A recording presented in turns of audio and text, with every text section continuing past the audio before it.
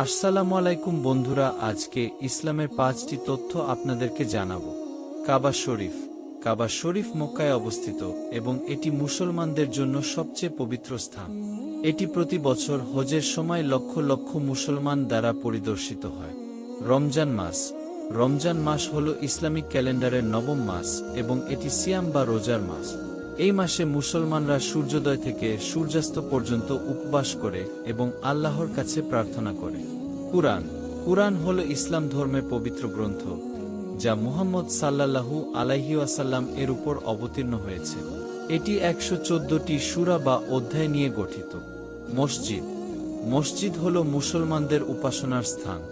মসজিদে নামাজ আদায় করা হয় এবং এটি সামাজিক ও ধর্মীয় কার্যক্রমের কেন্দ্রস্থল। যাকাত। যাকাত হল ইসলামের 5টি স্তম্ভের একটি এবং এটি দানের একটি নিয়ম।